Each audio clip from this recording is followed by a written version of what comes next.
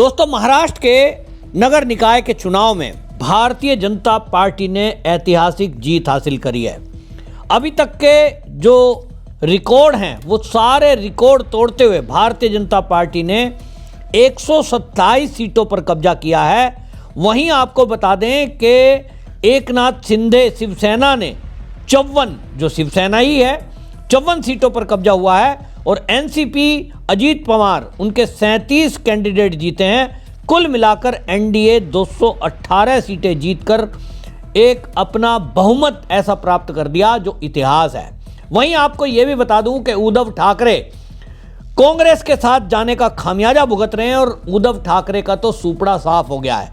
मात्र 9 सीट मिली हैं और यह पहली बार हुआ है कि उद्धव ठाकरे को इतनी कम सीटें मिली हैं। आपको यह बता दूं कि बीएमसी का इलेक्शन अभी जनवरी में होना है। यह बीएमसी का सेमीफाइनल है और बीएमसी में क्या होगा इस चुनाव के रिजल्ट ने यह बता दिया है। उद्धव ठाकरे के होश उड़ गए हैं। वहीं आपको बता दूं कि जैसा मोदी जी हर बार बोलते हैं कि परजीवी है कांग्रेस, जिसके साथ मिलती है उसी की वोट लेती है, और ये इस चुनाव में भी सिद्ध हुआ है। कांग्रेस को जो ये महाविकास अघाड़ी है सबसे ज़्यादा सीटें मिली हैं, 31 सीटें कांग्रेस को मिली हैं, लेकिन शरद पवार भी 7 सीटों पर रह गए। ये बता रहा है कि महाविकास अघाड़ी को महाराष्ट्र के लोगों ने पूरी तरह से नकार दिया है। नकारात्मक राजनीति करने वाले ये उद्धव ठाकरे, शरद पवार और राहुल गांधी, इनको बुरी तरह नकार दिया गया है।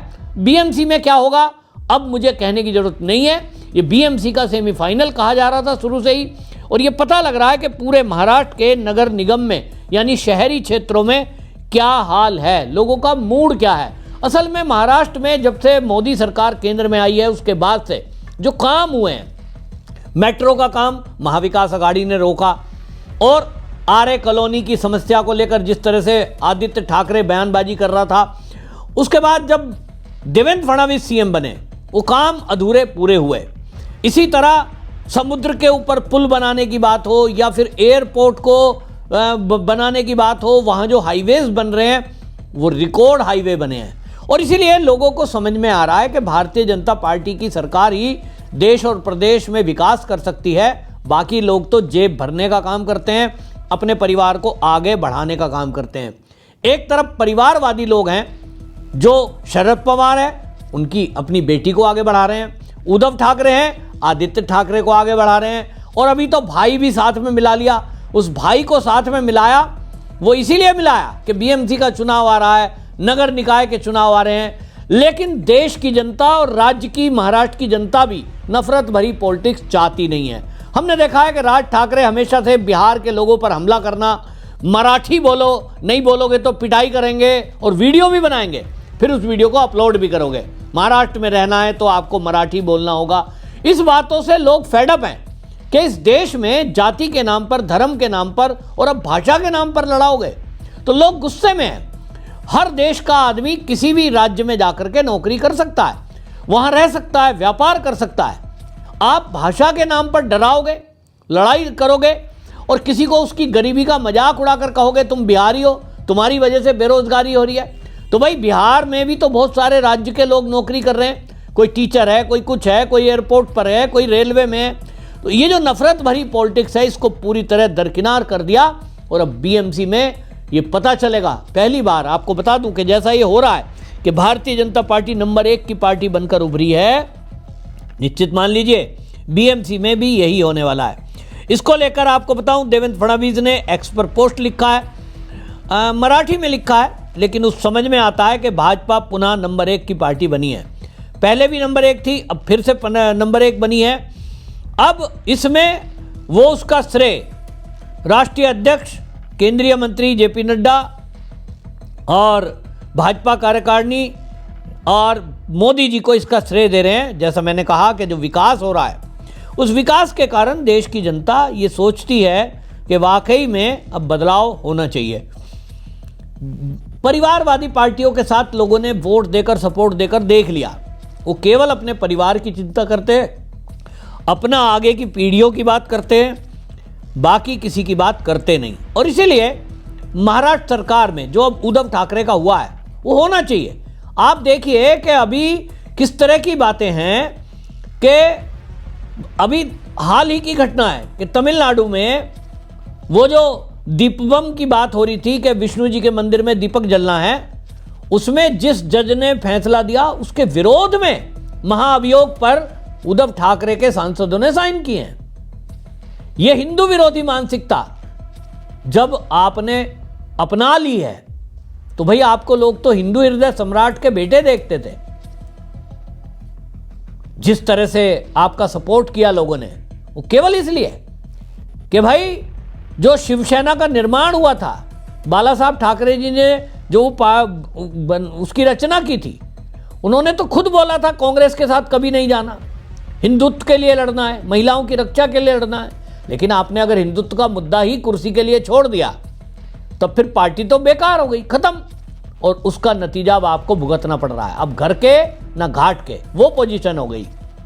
भारतीय जनता पार्टी ने ऑफर दिया कि नहीं दिया मुझे नहीं पता, लेकिन पिछले दिनों चर्चा थी कि ऑफर दिया गया है। आपके नखरे होंगे कि हम तो इस कंडीशन पे आएंगे उस कंडीशन पे आएंगे, तो जनता ने दिखाया कि आपको आपकी औकात दिखा दी है। तो भाई ये जो जीत हुई है वाकई में, अब इस ऐतिहासिक जीत को लेकर के उद्धव ठाकरे का लोग मजाक बना रहे हैं। अभी देख रहे हैं ना कि किस तरह की बातें कर रहे हैं। संजय राउत वो कह रहे थे मोदी तो 19 तारीख को इस्तीफा दे देंगे, सरकार गिर जाएगी। मतलब वो ऐसी ऐसी बयानबाजी जब करोगे तो आपका क्या होगा, ये सब दिखाई दे रहा है। और इसीलिए ये जैसा मैंने कहा कि ये बीएमसी चुनाव का सेमीफाइनल है। अब इस मामले में अभी आप देख लीजिए कि ये जो रिजल्ट आ गया है, अब इसके बाद नतीजों से बिल्कुल साफ हो गया कि भारतीय जनता पार्टी महाराष्ट्र में सबसे बड़ी ताकत बनकर के उभरी है। और ये जो गठबंधन है महायुति के मुकाबले सबसे ज़्यादा जो एनडीए है वो मजबूत हुआ है। 28 नगर निगम चुनाव का अब ये सेमीफाइनल माना जा रहा है जो बीएमसी में होगा। और बीएमसी का आपको बता दूं कि मतदान 15 जनवरी को, वोटों की गिनती 16 जनवरी को होगी। 2869 सीटों पर चुनाव होना है, जिसमें 3 करोड़ 48 लाख मतदाता मतदान करेंगे। अभी से ये सब दिखा दिया है कि जनता का मूड शहरीकरण के मामले में क्या है। शहरों में जिस तरह का लोगों का मूड है, शहर के लोग हमेशा से विकास पसंद रहे हैं।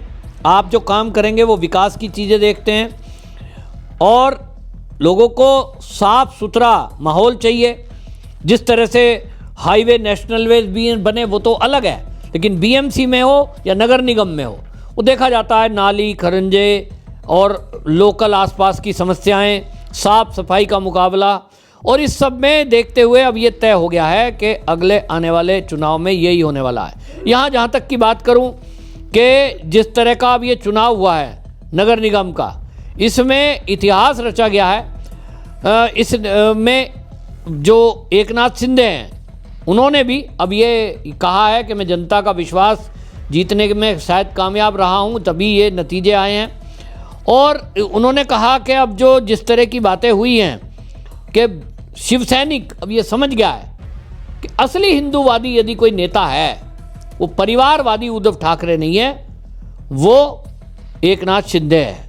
एकनाथ शिंदे में लोगों ने विश्वास जताया है और इसीलिए महाराष्ट्र नगर निगम के जो ये चुनाव में रिजल्ट आया है, इसमें तो इतना रोमांचक एक उदाहरण देता हूँ आपको। रत्नागिरी जिले के चिपलून नगर परिषद में भाजपा के उम्मीदवार थे संदीप भिसे, वो 1 वोट के अंतर से जीते। दोबारा गिनती की गई लेकिन फिर भी उसके बावजूद उन्हीं की जीत हुई। दूसरी तरफ आपको बताएं कि जो ये रुझान आ रहे हैं, इन रुझानों को लेकर के कहा जा रहा है कि इस महाराष्ट्र में पुणे की दौड़ नगर निगम परिषद में महापौर चुनाव का नतीजा राजनीतिक रूप से बड़ा अहम माना जाता है कि अजीत पवार गुट के जो वहाँ उम्मीदवार थे दुर्गादेव इंद्रजीत जगले, वो जो है वहाँ से शानदार उन्होंने जीत हासिल की है और मोनाली वीर को 4891 मतों से हराया। तो ये जो चीज़ें इसमें आई हैं ये एक बार बता रही है कि चाहे उद्धव ठाकरे के विरोध में जो निकल करके एकनाथ शिंदे आए अलग, तो उनको जनता ने माना है कि असली शिवसैनिक यही है। अजीत पवार शरद पवार को छोड़ के आए तो जो एनसीपी के चाहने वाले हैं, वोटर हैं, वो अजीत पवार के साथ आए हैं और इसीलिए ये शानदार नतीजा आया है। बहरहाल बीएमसी का चुनाव जनवरी में है। अब पहले से ही महाराष्ट्र की जनता ने, शहरी जनता ने बता दिया है कि उसका रिजल्ट भी क्या होने वाला है। आपकी क्या राय है? अपनी राय कमेंट में जरूर लिखें, वीडियो शेयर करें। वंदे मातरम।